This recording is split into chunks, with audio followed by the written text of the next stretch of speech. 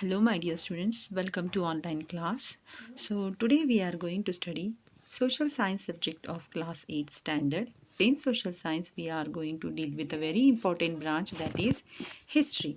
Okay children, so today we will start a new chapter in history section.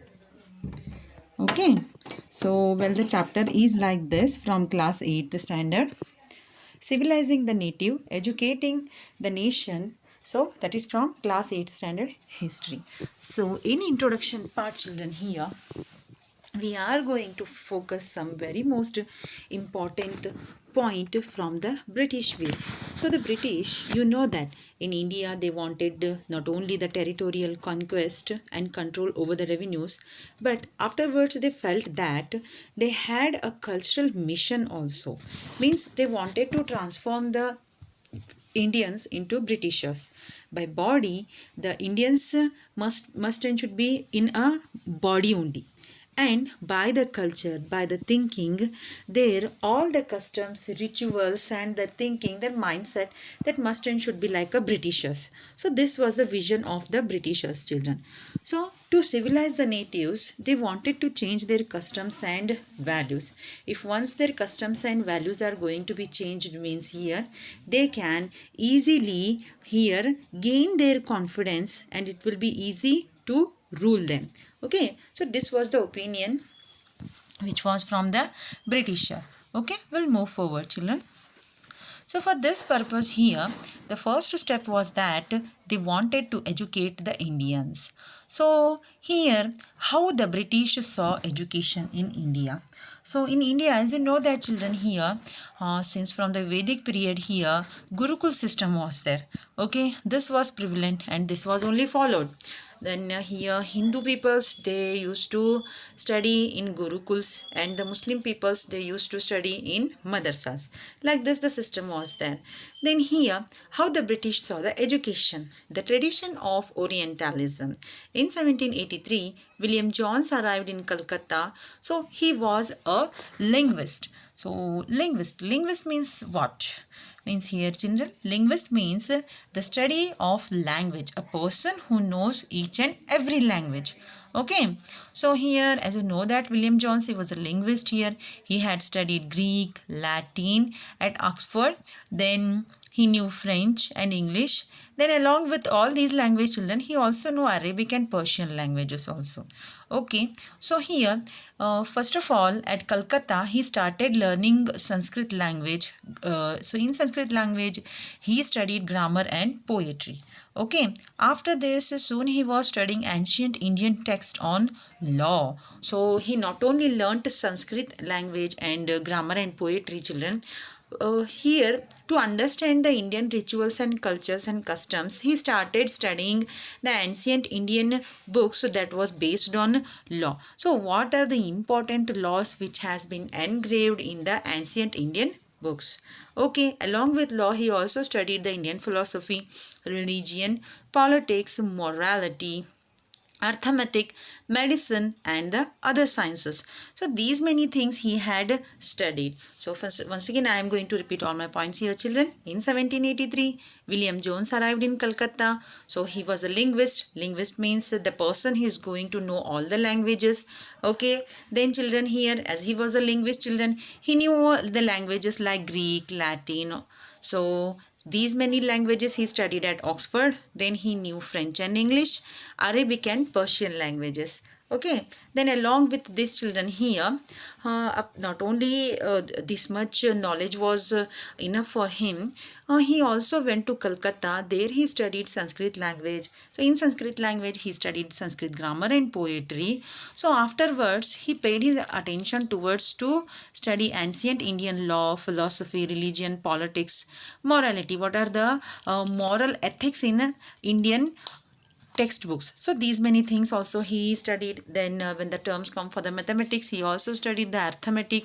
Then he also got knowledge regarding the medicines and the other sciences. So along with him children, another one Englishman like Henry Thomas Colebrook and Nathaniel Hallhead were also busy for discovering the ancient India. So these many people were engaged in discovering the ancient India. What was the previous glory? All these things were coming to familiar to here Henry Thomas Collebrook, William Jones, Nathaniel Hallhead for all these people.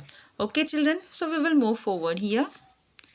Englishmen like Henry Thomas Collebrook and Nathaniel Hallhead, where these people were also busy discovering the ancient Indian heritage, mastering Indian languages and translating Sanskrit and Persian works into English.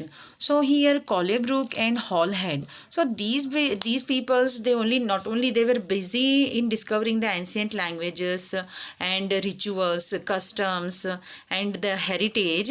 He also translated some good books into English language, which is been written in Sanskrit and Persian. Okay, together with them, Jones set up the Asiatic Society. So this is very important point, children. Here, William Jones, he set up a Asiatic Society. So this was started in Bengal and started a journal that is called as Asiatic Research. Asiatic Research was here formed by William Jones. Okay. Jones and Collebrook went about discovering ancient texts, understanding their meaning, translating them, and making their findings known to others. They believed this project would help the British learn from Indian culture and also help Indians. So here children, as you know that Britishers, they were ruling us. They conquered all our territories and they defeated our kings. So they implemented so many policies. So with they were really very cunning, and here by their cunning policies they acquired India. So here next when they started ruling us children here, they also discovered some very important facts which was really helpful for Britishers as well as for Indians, because right now they are only the people who were ruling the India. Okay, so they believed this project would help the British learn from Indian culture and also help Indians.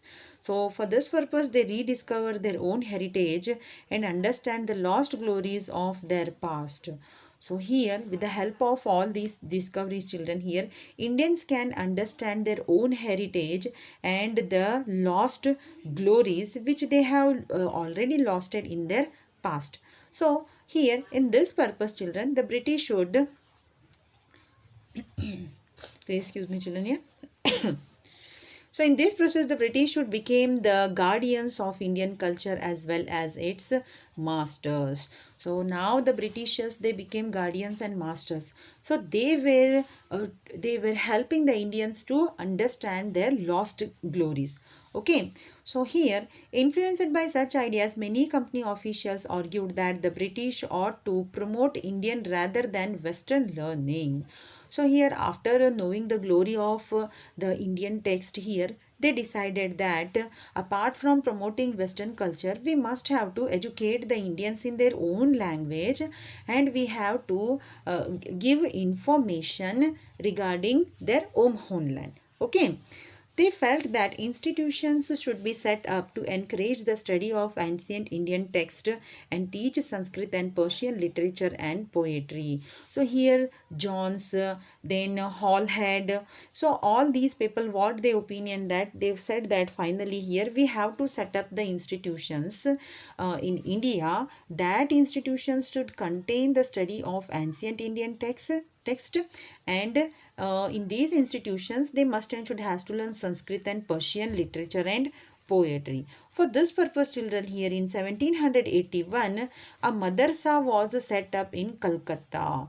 So to here educate the Indians here, they have established one Madrassa at Calcutta in 1781. So this promoted the study of Arabic, Persian and Islamic law. So whatever the recitation of Quran is there, no, that along with the Quran, then here whatever laws that has been written in the Islamic book, these laws all are going to be taught in the Madrasa. Okay children, so in 1781 they established a Madrasa. Then in 1791 The Hindu college was established in Banaras. So these encouraged the study of ancient Sanskrit text that would be useful for the administration of the country. So in 1791, the Hindu college was established in Banaras, children here. So this encouraged the study of ancient Sanskrit books. So in these ancient Sanskrit books, there is a clear picture how to administer the country. Okay, so along with this, children, not all officials shared these views and many criticized the Orientalist. So here, now Britishers, they understood that Indians, they have a rich and a beautiful culture. So here some people, some British officials, what they said that here they criticized why we are going to give the education in the Orientalist. Orientalist means here why we are going to give the education only for the sacred books. You should not do this. Okay. So here like this there was a criticism. Not all officials shared these views and many criticized the Orientalist. So then grave errors of the East. So now what they started? They started to criticizing the Indian education. From the early 19th century, many British officials began to criticize the Orientalist vision of learning. So here they started criticizing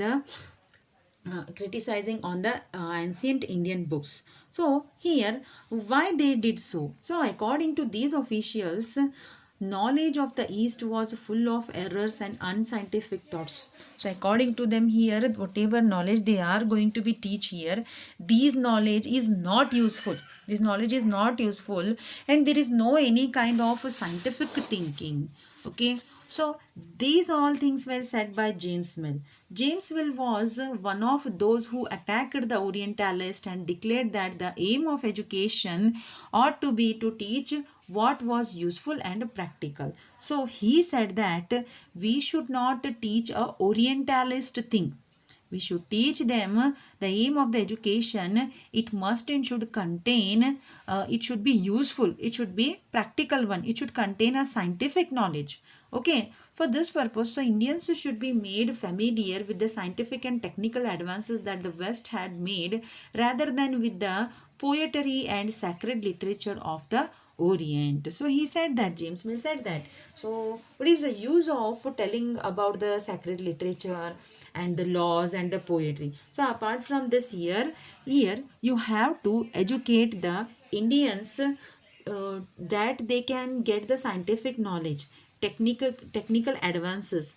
Okay, so whatever the achievements that has been made in the West, these things we must and should has to inculcate in Indians, not the poetry and the sacred literature. Okay, all these things was said by the James Mill. Okay, children. So we'll move forward. So before going to the question answers, some important question answers on the basis of this concept, children here. I hope you have understand this concept. And if you have any doubts, if you have any queries, you can comment me in my comment section. Okay. So we will have some look on the question answers. So first question is like this, children here. When did William Jones arrive to India? So your options are A, 1783, 1985. The correct option is like this, children, 1783. So he came to India to see the education of India. Okay, so this is the wrong option. This is the correct 1783. Okay, children, we will move forward.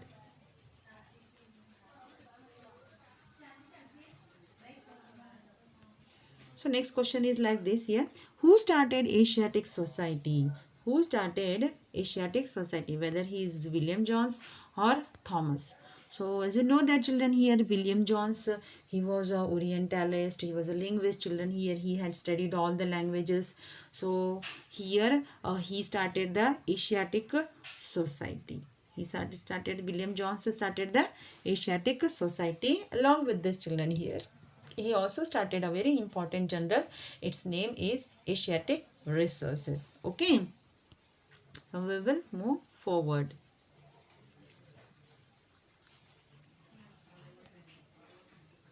Next, when did a madrasa was established in Calcutta? So, as you know that children here, when did the madrasa has been established? For what purpose it has been established? As you know that after having a deep research here, the British officials they felt that East knowledge that is very good. So here a madrasa was set up in Calcutta to educate the Muslim people, and in this madrasa here Arabic and Persian languages were taught and Muslim laws were taught children here. So when the terms come for the establishment here, was it established in 1781 or 1768? Yes children, you are the correct, that is 1781. So in this period the madrasa was established in Calcutta by the Britishers to educate the Muslim people. Okay, so we will move forward next year. Where did the Hindu college was established? It was established in Banaras or Varanasi. It's my dear students here to develop or to teach the Sanskrit poetry and grammar here in Banaras. Hindu college was established. The correct answer, that is Banaras. Okay, we will move forward.